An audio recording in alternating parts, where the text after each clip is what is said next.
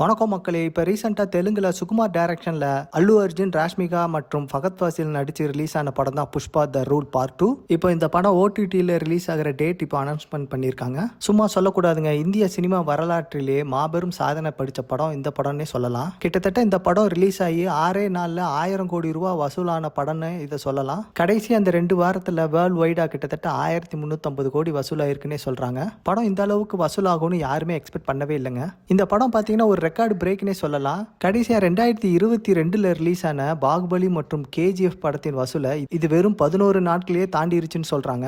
அந்த அளவுக்கு இந்த படம் பாக்ஸ் ஆஃபீஸில் சக்கப்போடு போட்டுக்கிட்டு இருக்குதுங்க. அப்படிப்பட்ட இந்த படம் வருகிற ஜனவரி 2ஆம் தேதி நெட்ஃப்ளிக்ஸில் ஸ்ட்ரீம் பண்ண போகிறாங்க. இது தமிழ், மலையாளம், தெலுங்கு, கன்னடம் மற்றும் ஹிந்தி லாங்குவேஜில் அவைலபிளாக இருக்குங்க. யாரெல்லாம் இந்த படத்தை தேட்டரில் பார்க்க முடியாமல் ஓடிடியில் பார்க்க ரெடியாக இருக்கீங்களோ, ஜனவரி 2ஆம் தேதி நெட்ஃப்ளிக்ஸில் கண்டிப்பாக பாருங்கள் மக்களே. மீண்டும் உங்களை அடுத்த வீடியோவில் சந்திக்கிறேன். நன்றி, வணக்கம்.